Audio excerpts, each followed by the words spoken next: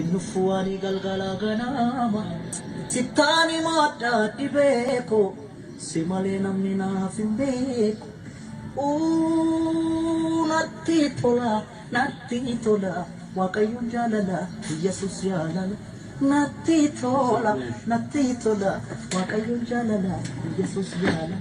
Innufuani galgala ganama Sittani madda dibeko Simale namni naaf hin beeku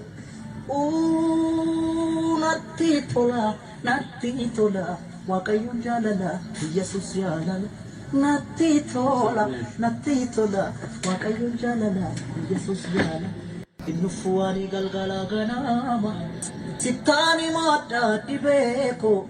Simale namni naaf hin beeku natti tola Waaqayyoon jaalala Yesus jaalala